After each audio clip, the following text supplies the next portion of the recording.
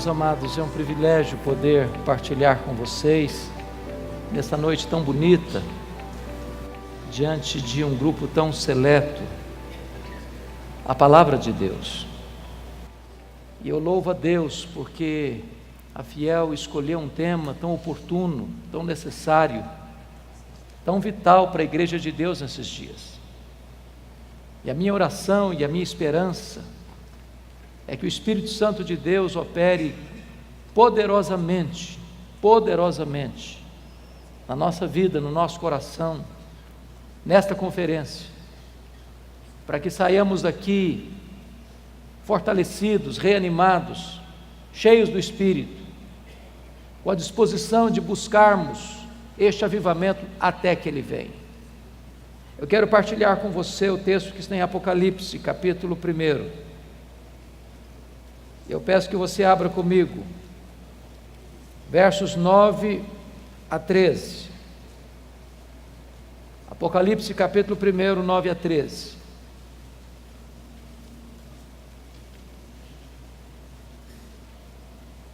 Está escrito: Eu, João, irmão vosso, e companheiro na tribulação, no reino e na perseverança. Em Jesus achei-me na ilha chamada Patmos por causa da palavra de Deus e do testemunho de Jesus. Achei-me em espírito no dia do Senhor, e ouvi por detrás de mim grande voz, como de trombeta, dizendo: O que vês, escreve em livro e manda às 7 igrejas: Éfeso, Esmirna, Pérgamo, Tiatira, Sardes, Filadélfia e Laodiceia. Voltei-me para ver quem falava comigo, e voltado vi 7 candeeiros de ouro, e no meio dos candeeiros um semelhante a filho de homem. Capítulo 3, versos 14 a 22. Ao anjo da igreja em Laodiceia escreve: Estas coisas diz o Amém, a testemunha fiel e verdadeira, o princípio da criação de Deus. Conheça as tuas obras, que nem és quente, nem és frio, nem quente. Quem dera fosses frio ou quente. Assim, porque és morno, e nem és quente nem frio, estou a ponto de vomitar-te da minha boca. Pois dizes: Estou rico e abastado, e não preciso de coisa alguma, e nem sabes que tu és infeliz, sim, miserável, pobre, cego e nu. Aconselho-te que de mim compres ouro refinado pelo fogo, a fim de te enriqueceres, vestiduras brancas para te vestires, a fim de que não seja manifesta a vergonha da tua nudez, e com lírio para ungir os teus olhos, a fim de que vejas. Eu repreendo e disciplino a quantos amo. Sê, pois, zeloso e arrepende-te. Eis que estou à porta e bato. Se alguém ouvir a minha voz e abrir a porta, eu entrarei e cearei com ele, e ele comigo. Ao vencedor dar-lhe-ei sentar-se comigo no meu trono, como eu venci e sentei com o meu Pai no seu trono. Quem tem ouvidos, ouça o que o Espírito diz às igrejas. Amém.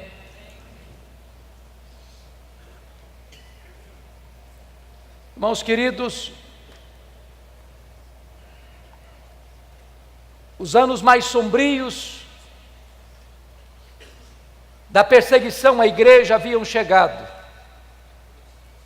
desde que Nero, com 17 anos de idade, tornou-se imperador de Roma.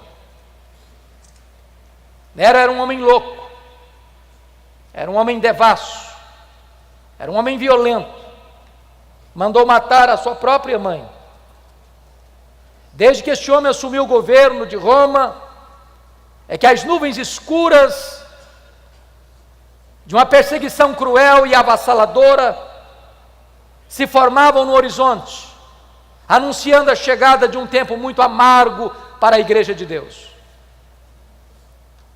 10 anos depois que este homem assumiu o governo, em 54, precisamente no dia 17 de julho, agora de 64, segundo os melhores historiadores, ele mesmo colocou fogo na capital do império. Por causa da sua megalomania, queria construir uma Roma mais bela, mais pujante, mais magnificente. Subiu para o alto da torre de Mecenas, vestido de ator, tangendo a sua lira, assistindo de lá o espetáculo das chamas, lambendo a capital do império. Foram 7 noites e 6 dias de incêndio, de 17 de julho a 24 de julho. Quando o incêndio acabou, a cidade de Roma estava devastada. Dos 14 bairros de Roma, 10 deles foram destruídos pelas chamas. Os 4 bairros restantes, densamente povoados por judeus e cristãos, dão a Nero um álibi para botar a culpa do incêndio de Roma nos cristãos. E começa então uma brutal e sangrenta perseguição contra a igreja. Os historiadores afirmam que faltou madeira para se construir cruz, tamanha quantidade de crentes que foram crucificados em Roma. Uma verdadeira chacina, um verdadeiro banho de sangue. 2 anos depois, ano 66, explode uma rebelião dos judeus em Cesareia Marítima, porque uma sinagoga fora profanada e os zelotes, que nunca foram favoráveis ao governo de Roma em Israel, rebelaram-se contra Roma. E Roma manda para lá o general Tito, para tentar controlar aquele motim, aquela revolta, aquela rebelião. 2 anos depois, ano 68, o Senado depõe o imperador Nero. Nero tira sua própria vida. 2 anos depois, ano 70, a rebelião em Israel se torna incontrolável. Então o general Tito cerca a cidade de Jerusalém. Ninguém pode entrar, ninguém pode sair. Quando todas as possibilidades de resistência haviam acabado, Tito invade Jerusalém, destrói Jerusalém, arrasa o templo de Jerusalém, não fica pedra sobre pedra, passa milhares ao fio da espada e promove aquilo que nós chamamos de a maior diáspora, a maior dispersão dos judeus de todos os tempos, desde o ano 70 a 14 de maio de 1948, quando Israel retorna ao seu território. Nesse mesmo ano 70, o imperador Vespasiano inaugura em Roma o Coliseu, o chamado Coliseu Romano, que numa festa de 100 dias de inauguração, mais de 10 mil cristãos foram mortos com requintes de crueldade, enrolados em peles de animais, jogados nas arenas, para os cães morderem, para os touros pisarem, para os leões esfaimados da Líbia devorarem. Uma verdadeira chacina. Ano 81, assume o governo de Roma Domiciano, chamado de o segundo Nero, por causa da crueldade com que perseguiu a igreja. Este imperador vai ser o primeiro a rogar para si o título de Senhor e Deus, pois foi este imperador que deportou o apóstolo João, então pastor da igreja de Éfeso, para a ilha do Mar Egeu, a ilha de Pátimos. Vale destacar que neste tempo todos os apóstolos de Cristo já estavam mortos pelo viés do martírio. João era o último representante do colégio apostólico.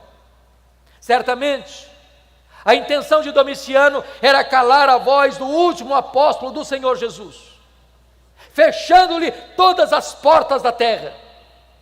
Mas quando todas as portas da terra se fecharam para João na terra, Deus abriu-lhe uma porta no céu e disse: sobe para aqui, e eu te mostrarei não as coisas que talvez aconteçam, não as coisas que podem acontecer, eu te mostrarei as coisas que devem acontecer.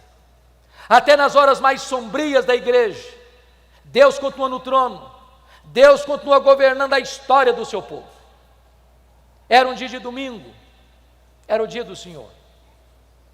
Quando João escuta atrás dele uma voz, como voz de trombeta, dizendo: o que vês escreve em livro e manda às 7 igrejas, Éfeso, Esmirna, Pérgamo, Tiatira, Sardes, Filadélfia e Laodiceia.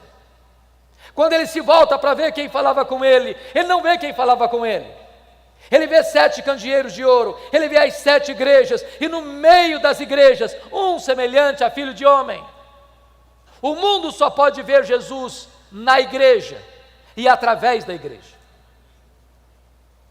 Mas o Cristo que João vê, não é o Cristo prostrado sobre os seus joelhos com o rosto em terra, angustiado até a morte, erguendo aos céus forte clamor e lágrimas, suando sangue, na mais titânica batalha da humanidade. O Cristo que João vê, não é o Cristo esbordoado, cuspido, zombado do sinédrio judaico. O Cristo que João vê, não é o Cristo ultrajado e surrado do pretório romano, cuja fronte foi ferida por uma humilhante coroa de espinhos. O Cristo que João vê, não é o Cristo que carrega o lenho maldito pelas estreitas e apinhadas ruas de Jerusalém, sob os apupos e vaias de uma multidão ensandecida e sangue sedento.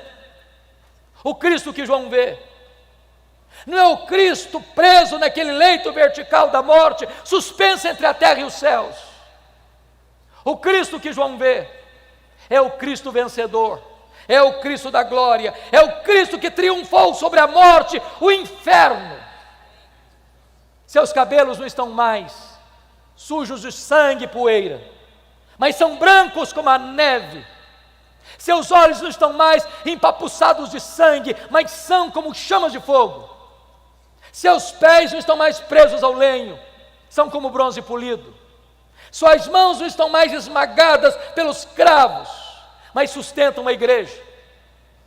A sua voz não está mais embargada pela sede, mas é como voz de muitas águas. Da sua boca sai uma afiada espada de 2 gumes. O seu rosto não está mais desfigurado, mas brilha como o sol no seu fulgor. Diz a Escritura que quando João vê o Cristo da glória, ele cai como morto aos seus pés. E o Senhor põe a mão direita sobre ele e diz: não temas, João, não temas. Eu sou o primeiro e o último. Eis que eu estive morto, mas estou vivo pelos séculos dos séculos e tenho as chaves da morte e do inferno. Nós não servimos ao Cristo que esteve vivo e está morto, nós adoramos o Cristo que esteve morto e está vivo pelos séculos dos séculos. No capítulo 1, versículo 13, João vê o Cristo da glória no meio das igrejas. E eu quero dizer para você nesta noite, que Jesus está aqui no nosso meio. E é porque Ele está aqui que você e eu estamos aqui. É porque Ele está aqui que nós temos uma grande expectativa, uma enorme esperança de que Deus pode nos visitar e trazer sobre nós um poderoso reavivamento espiritual. Mas no capítulo 2, versículo 1, nós somos informados que Jesus está andando no meio dos candeeiros, andando no meio das igrejas. Para quê?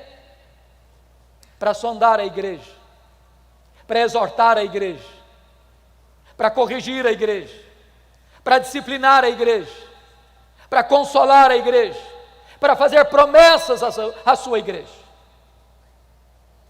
E eu estou certo de que Jesus está aqui, sondando-nos, corrigindo-nos, disciplinando-nos, exortando-nos, consolando-nos, fazendo-nos promessas. E na medida que Jesus vai caminhando entre as igrejas, há um estribilho que se repete em todas as cartas. E o estribilho é este: eu conheço,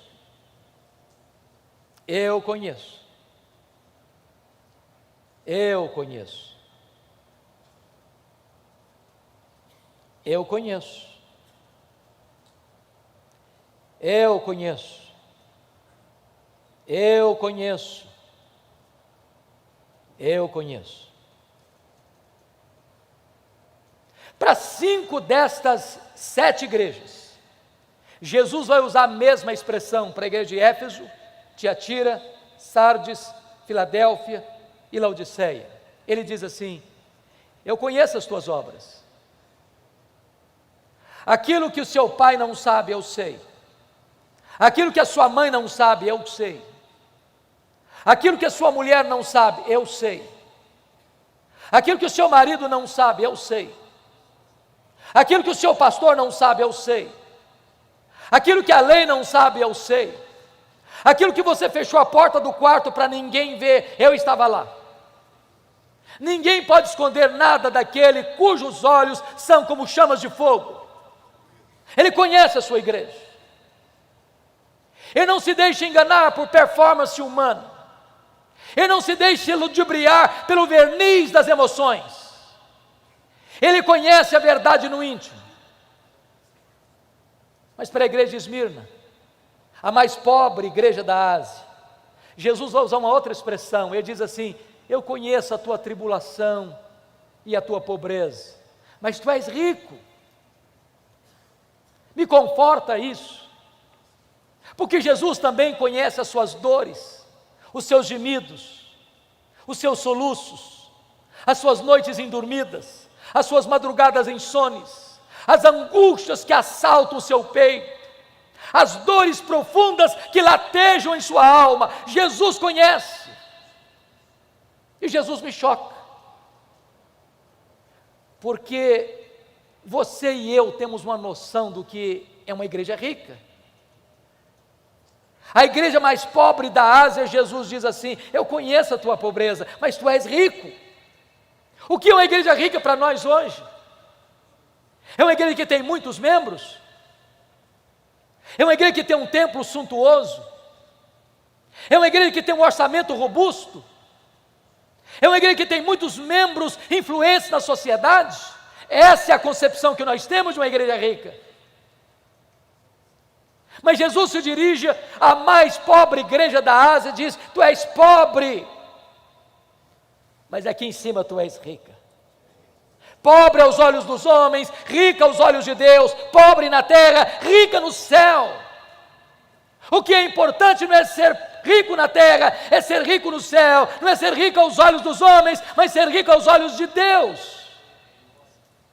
Por outro lado, a igreja mais rica da Ásia, a igreja que dizia para si mesma: eu sou rica, eu estou abastada, eu não preciso de nada. Jesus olha para essa mesma igreja e faz um outro diagnóstico e diz: tu és pobre, miserável, cego e nu.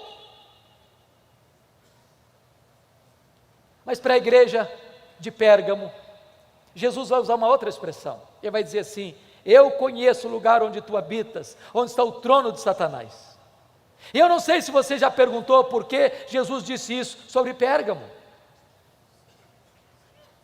Vocês sabem que Pérgamo era a segunda maior cidade da Ásia, só perdia para Éfeso, que era a capital. Quando se disputava na Ásia Menor que cidade construiria o primeiro templo de adoração ao imperador romano como uma divindade, Pérgamo ganha a concorrência e constrói o primeiro templo de adoração ao imperador na Ásia Menor. Muito provavelmente o que Jesus está dizendo é o seguinte: qualquer lugar onde você coloca um homem no pedestal, qualquer lugar onde tem culto à personalidade, qualquer lugar onde você coloca o homem no centro das atenções, aí está o trono de Satanás, porque todo o humanismo antropocêntrico, todo o humanismo que adora o homem, coloca o homem no centro, aí está a ação e o trono de Satanás. Porque Deus não divide a sua glória com ninguém. Mas muito provavelmente, em segundo lugar, Jesus disse isso sobre Pérgamo, porque Pérgamo era a sede do culto a Esculápio. Lá ficava o templo de Esculápio. E Esculápio era conhecido como Deus da cura. E o símbolo deste Deus pagão era uma serpente. É por isso que até hoje, quando você vai ao seu médico, você vai ver bordado no jaleco branco de seu médico uma serpente. Isso vem de Pérgamo. Isso vem de Esculápio. Isso vem do Deus da cura. Muito provavelmente o que Jesus está dizendo é o seguinte: qualquer lugar onde uma pessoa venera uma imagem criada e forjada pela mente e pelas mãos humanas, aí está o trono de Satanás. Porque o ídolo é nada, ele é gesso, ele é mármore, ele é pedra, ele é prata, ele é ouro. Ele tem boca e ele não fala, ele tem pés e ele não anda, ele tem mãos e ele não apalpa, ele tem olhos e ele não enxerga, mas por trás do ídolo estão os demônios. O que é magnífico é que onde Satanás tem um trono, ali Jesus planta uma igreja para adorar e servir o Rei dos Reis e o Senhor dos Senhores. Jesus está andando no meio das igrejas, e Ele está andando entre nós nessa noite. E na medida que Jesus vai caminhando entre as igrejas, Ele tem elogios a fazer, Ele tem censuras a fazer. Para 2 igrejas, apenas elogios, nenhuma censura. Para quais igrejas? Para Esmirna, a mais pobre. Para Filadélfia, a mais fraca. Jesus se dirige à igreja de Filadélfia dizendo: eu conheço as tuas obras, tu tens pouca força, mas eu coloquei diante de ti uma porta aberta, e a porta que eu abro, ninguém fecha, e a porta que eu fecho, ninguém abre.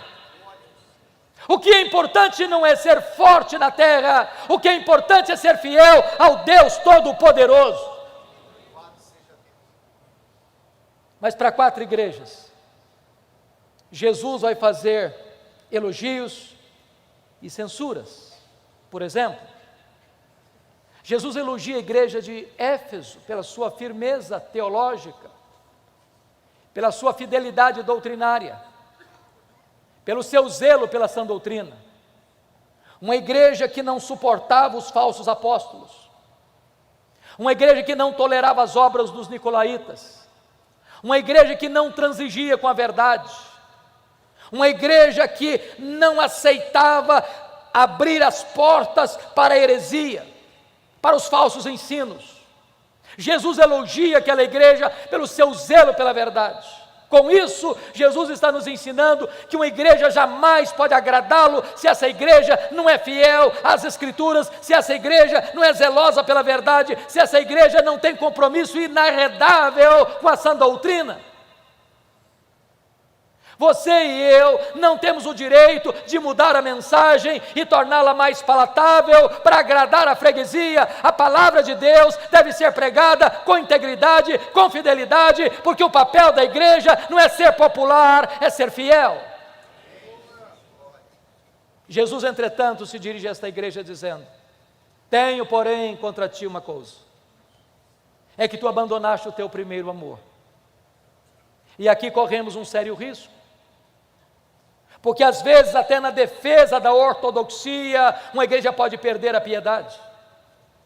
Mantém a ortodoxia intacta, mas não tem mais vida, mas não tem mais entusiasmo, mas não tem mais brilho nos olhos, mas não tem mais calor espiritual. Tem luz na cabeça, mas não tem fogo no coração.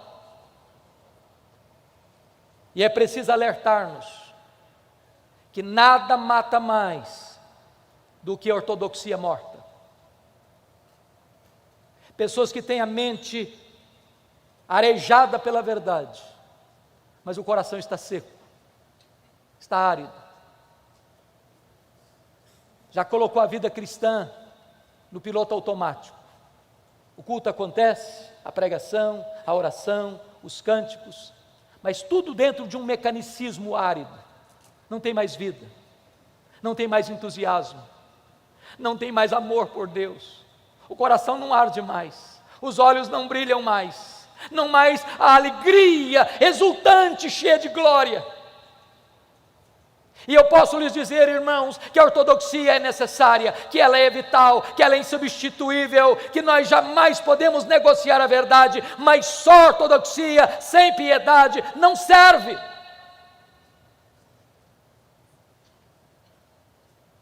Jesus se dirige à igreja de Tiatira, e ele elogia aquela igreja, porque agora quando escreve, esta igreja tem mais fé, mais obras e mais amor do que lá atrás quando ela começara.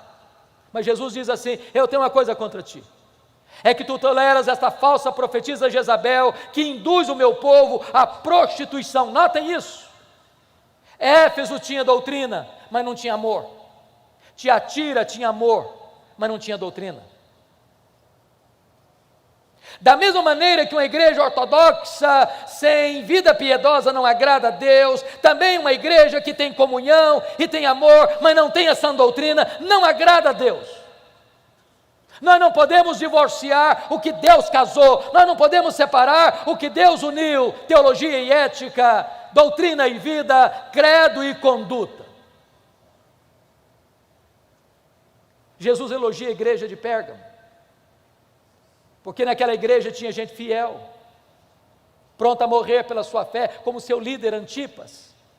Segundo os historiadores, ele morreu carbonizado dentro de um boi de bronze encandecido. Mas nessa mesma igreja tem gente flertando com as doutrinas de Balaão, nesta mesma igreja tem gente flertando com o mundo, nesta mesma igreja tem gente que está com um pé dentro da igreja e outro fora da igreja. Pelas minhas andanças pelo Brasil, é muito comum eu escutar a seguinte pergunta: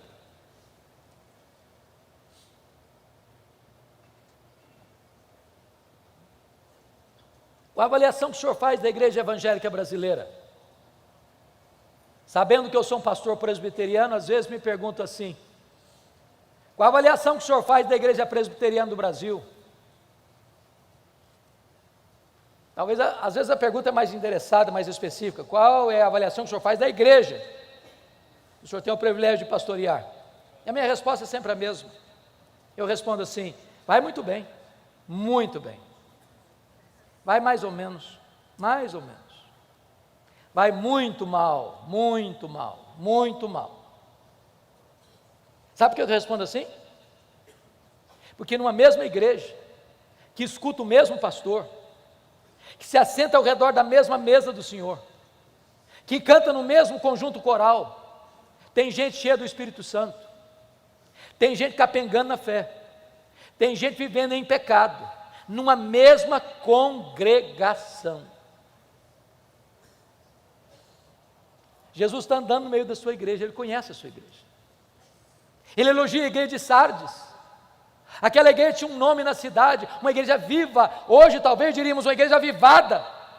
Talvez a sua liturgia fosse empolgante, talvez a música fosse eletrizante, talvez as emoções transbordassem. Mas Jesus olha para essa igreja que tem o nome de que é uma igreja avivada e diz: não, isso não passa de um verniz, você está morta. Tem poucos, apenas poucos, que ainda não contaminaram as suas vestiduras. E com isso Jesus me ensina 3 verdades. Primeiro, ele me choca. Sabe por que me choca? Porque a igreja que diz que é pobre, Jesus não, você é rica. A igreja que diz que é rica, Jesus não, você é pobre. A igreja que diz que é viva, Jesus não, você está morta. A igreja que diz que é fraca, Jesus não, mas eu coloquei diante de você uma porta aberta. Então, 3 coisas eu aprendo. Primeiro, o que é importante não é o que você pensa a seu respeito. O que é importante não é o que as pessoas dizem a seu respeito. O que é importante é o que Jesus diz a seu respeito. Jesus não tem uma opinião a seu favor, a seu respeito. Jesus tem o diagnóstico. Ele conhece as nossas obras. Mas, queridos irmãos, para uma igreja não tem elogio nenhum, apenas censuras. Que igreja é essa? Laodiceia. Eu peço que você vá comigo agora para o capítulo 3. É curioso que a igreja que recebe apenas censura de Jesus, que mais fez Jesus sofrer, é a igreja que tem a melhor opinião de si mesma de todas as 7 igrejas. Tem a melhor autoavaliação. Essa igreja se olhava no espelho e dizia assim: estou bem na fita. Ela aplaudia a si mesma. Ela formava um grande coro diante do espelho para cantar o hino: quão grande és tu.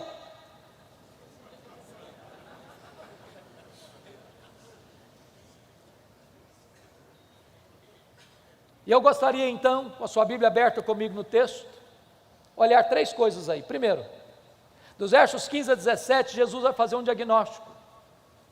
Dos versos 18 a 20, Jesus vai fazer um apelo. Dos versos 21 a 22, com base no verso 14, Jesus vai fazer uma promessa. Vocês sabem que Laodiceia ficava na região do Vale do Rio Lico, a região mais fértil da Ásia. Ainda hoje é a região mais fértil da Turquia.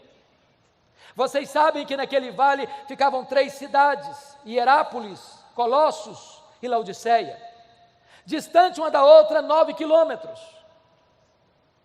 Eram tão pertas que quando Paulo escreveu aos Colossenses, ele ordenou que a mesma carta fosse lida na igreja de Hierápolis e na igreja de Laodiceia. Hierápolis era a nossa Caldas Novas brasileira, lugar onde havia uma fonte de águas quentes.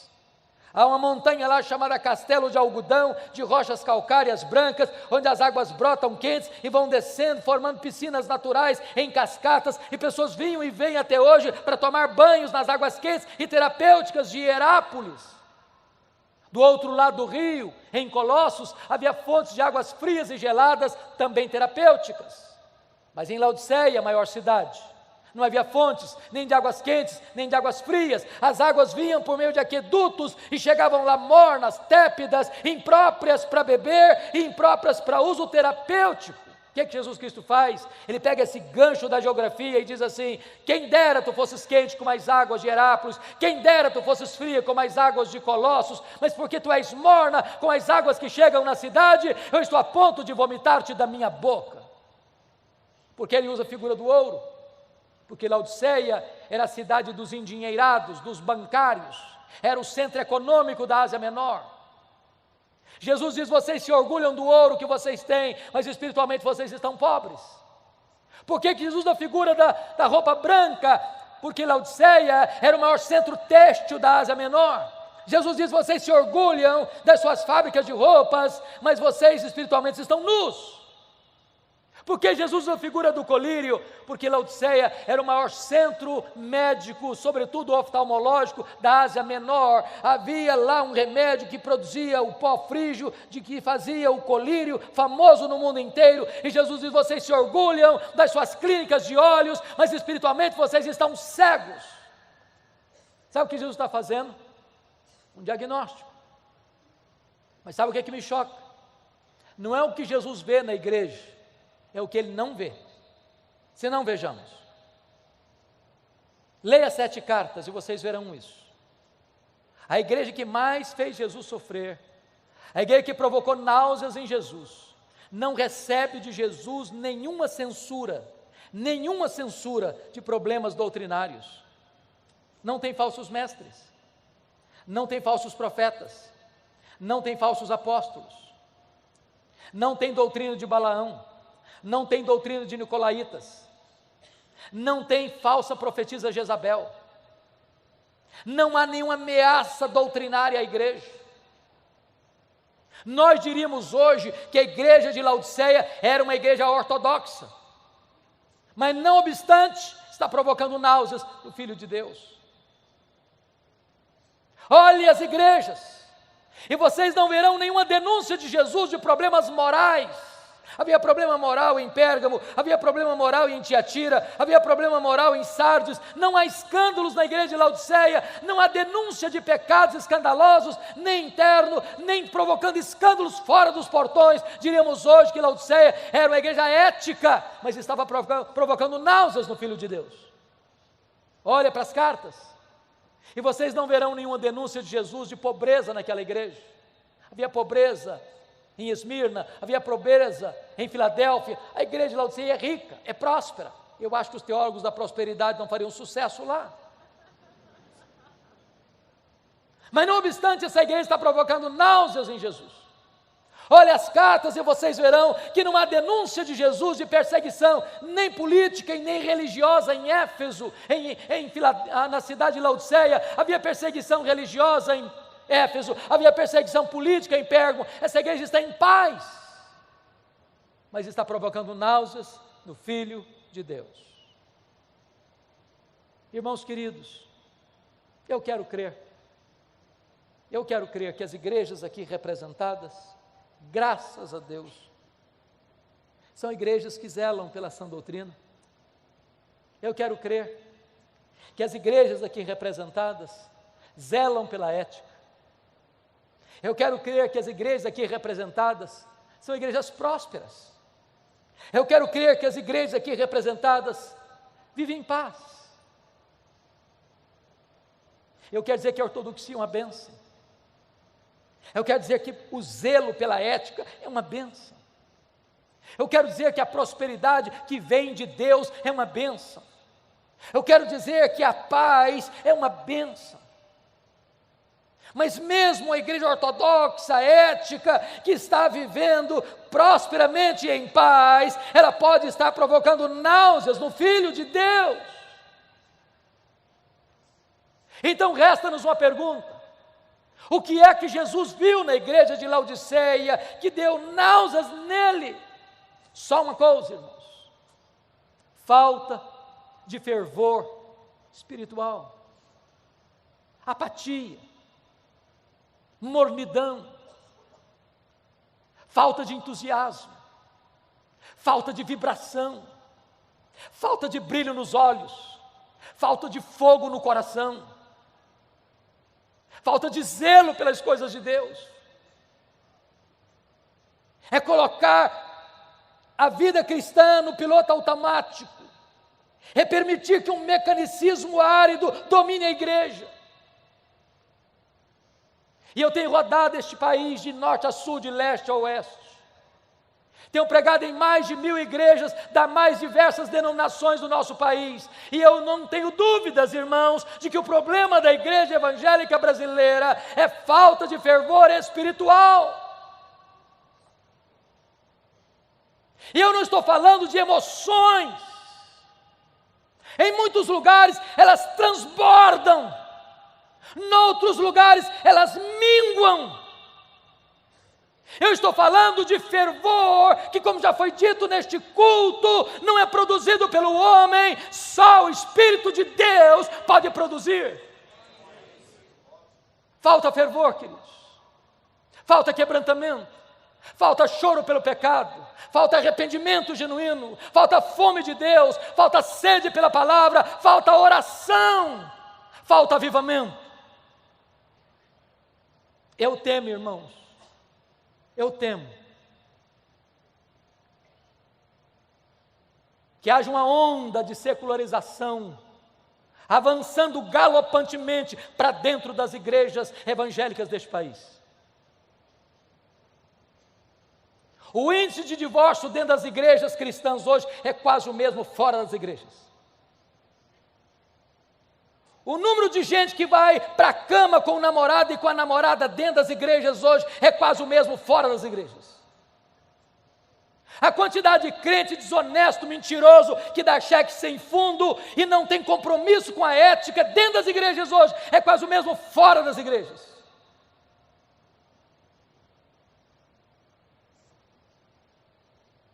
Querem ver uma coisa? Eu não sei como é que você está lidando com isso na sua região, mas por onde eu ando, os pastores lamentam comigo esse fato. As festas de casamento dos nossos crentes estão se transformando numa vergonha. Uma vergonha.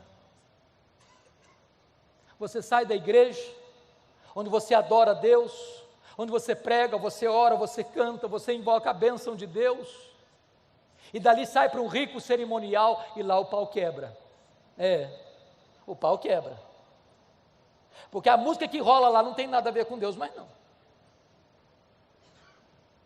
Bebidas alcoólicas, se serve todas.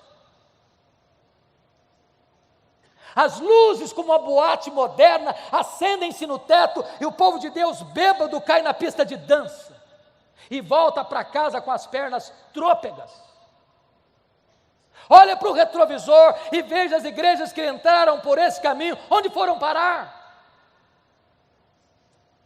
Ou a igreja tem a coragem de botar o pé no freio, ou nós entraremos para dentro desta avassaladora secularização.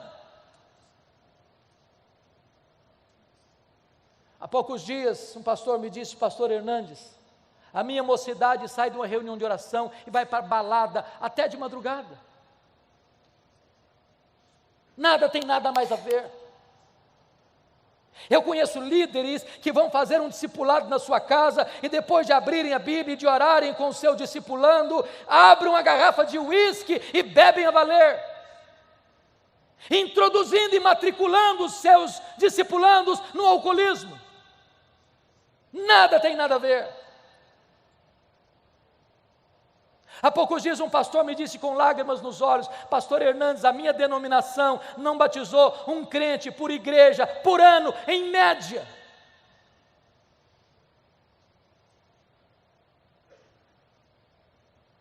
Meus amados irmãos, eu estive agora retornando essa semana passada de uma viagem a Israel e Europa. Nós estávamos na Holanda. E a pessoa que nos acompanhava, dando um relatório da situação da Holanda, disse: até 1960, a Holanda era um país protestante, onde os crentes lotavam as igrejas.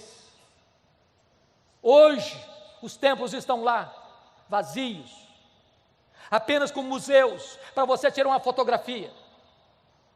Numa única geração, a igreja se perdeu. Numa única geração.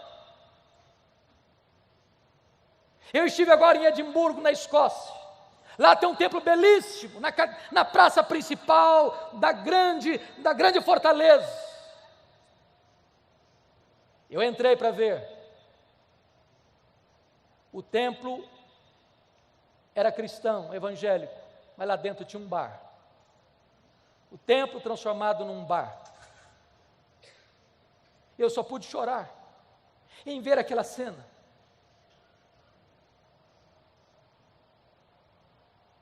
Irmãos queridos, sabe o que significa isso? Nós precisamos de um avivamento espiritual. Se nós não quisermos entrar por esse mesmo caminho, se nós não quisermos colher os frutos amargos de uma secularização, de uma sequidão espiritual, de uma mornidão espiritual, de uma apatia espiritual, onde as pessoas já não têm mais gosto por ir à igreja, onde elas não têm prazer mais na palavra de Deus, onde ir a um culto é um peso, onde frequentar uma reunião de oração é um sacrifício, elas não amam a Deus, elas não querem Deus, elas querem as bênçãos de Deus, e elas substituíram o Deus das bênçãos pelas bênçãos de Deus.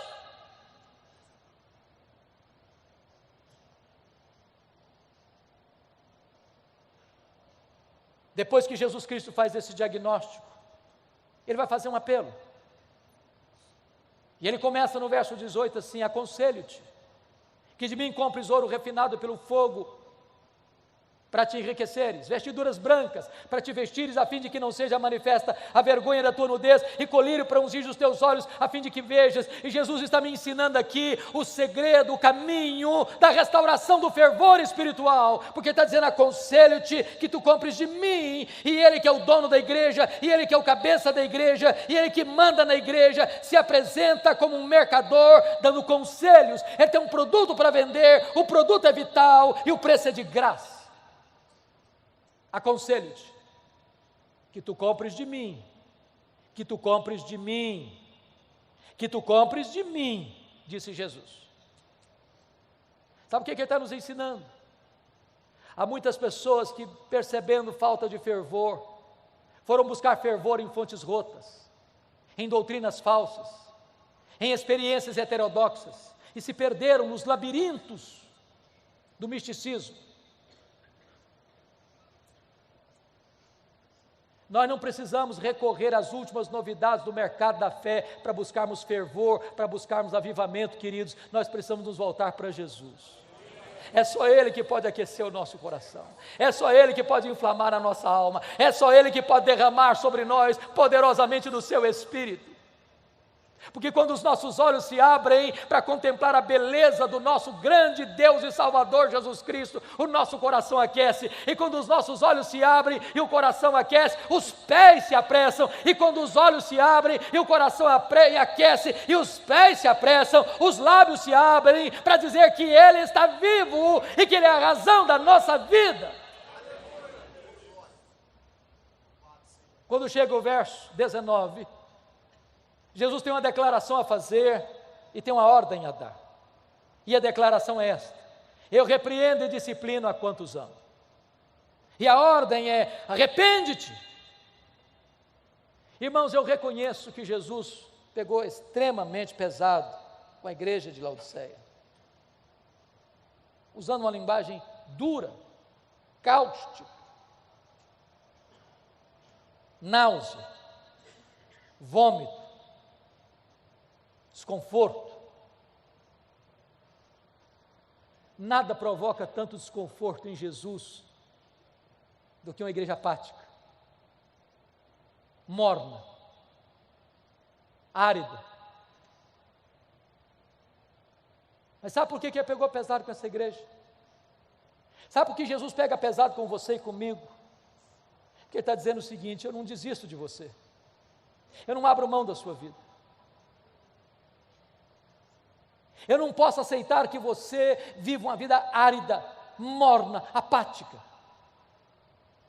Eu não fui à cruz, eu não morri, ressuscitei, voltei aos céus e derramei o Espírito Santo para produzir uma igreja apática. Então Jesus dá uma ordem: sê, pois, zeloso e arrepende-te, muda a tua vida, muda a tua conduta. Quando chega no verso 20, Jesus docemente se apresenta e diz: eis que estou à porta e bato. Se alguém ouvir a voz e abrir a porta, eu entrarei e cearei com ele e ele comigo. Que Jesus nos convide a cear com ele é um milagre, mas que ele queira cear conosco é graça.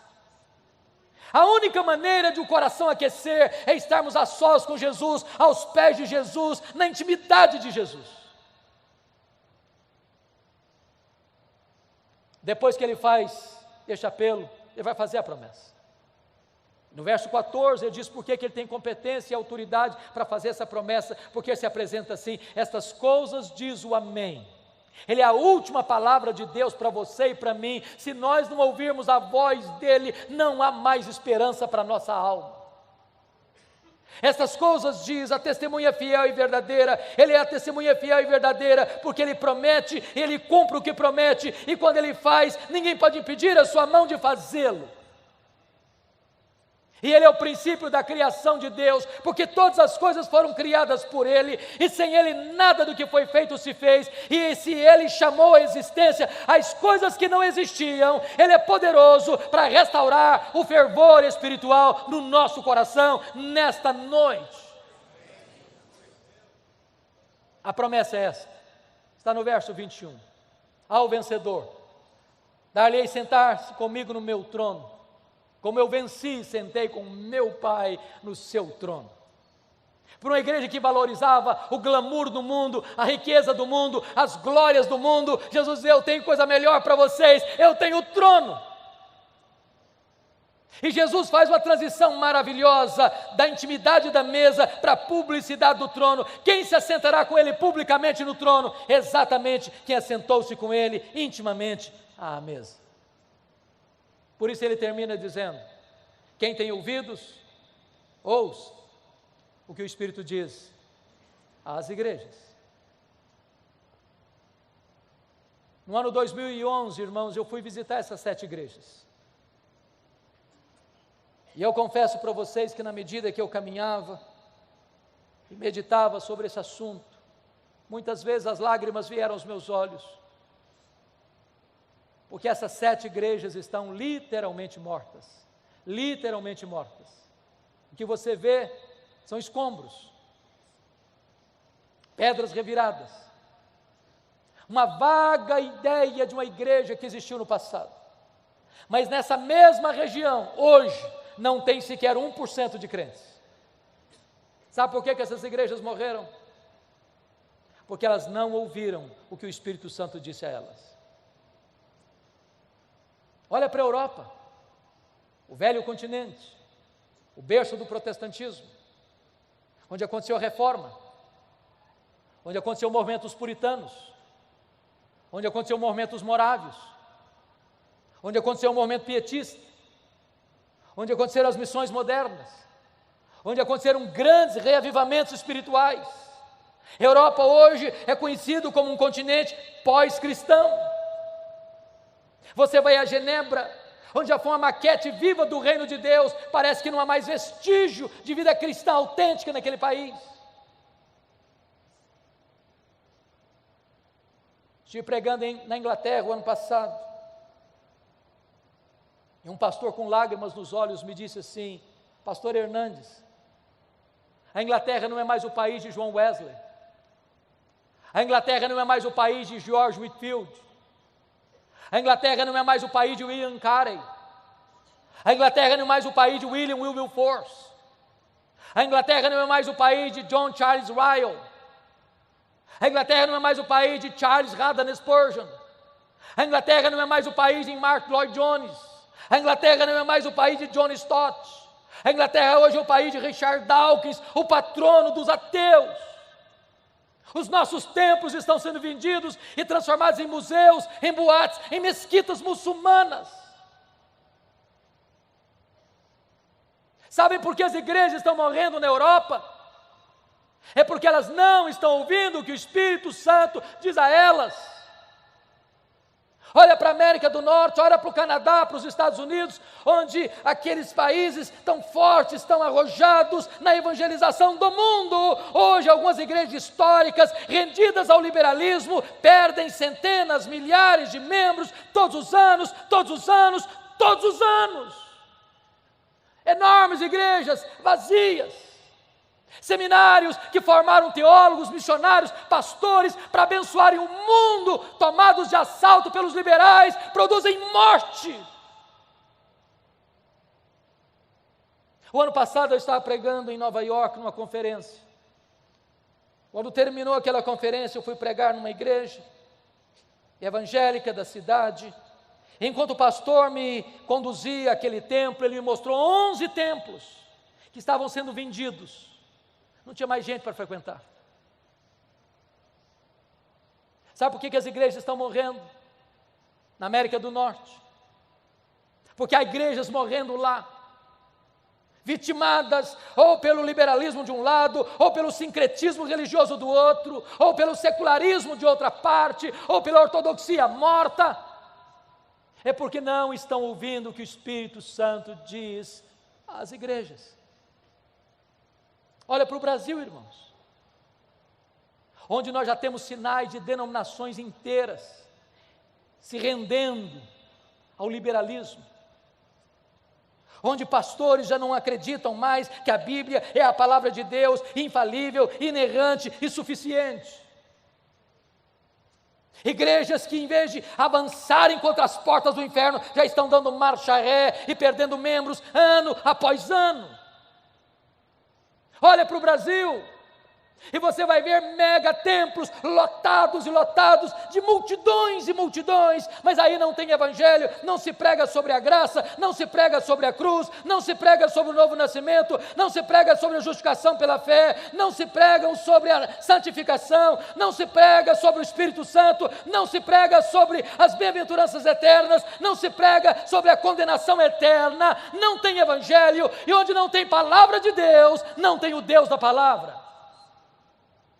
Olha para o Brasil, e você vai ver denominações históricas que, embora mantenham a ortodoxia, mas muitas delas já perderam o fervor, já perderam o entusiasmo, já estão secas, já estão áridas, já estão mornas, já estão apáticas, precisando de um sopro de vida. Oh, irmãos, nós precisamos de um avivamento espiritual, nós precisamos de um sopro do céu. Nós precisamos do vento impetuoso do Espírito para soprar as cinzas, para reacender as brasas, para levantar um fogo santo que queima, que limpa, que purifica e que alastra em nome de Jesus.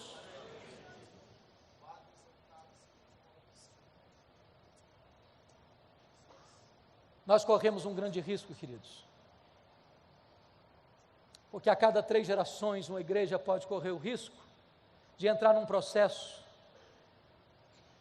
de esfriamento, de secularização, de apostasia. Aquela geração que nasceu no Egito, morreu no deserto.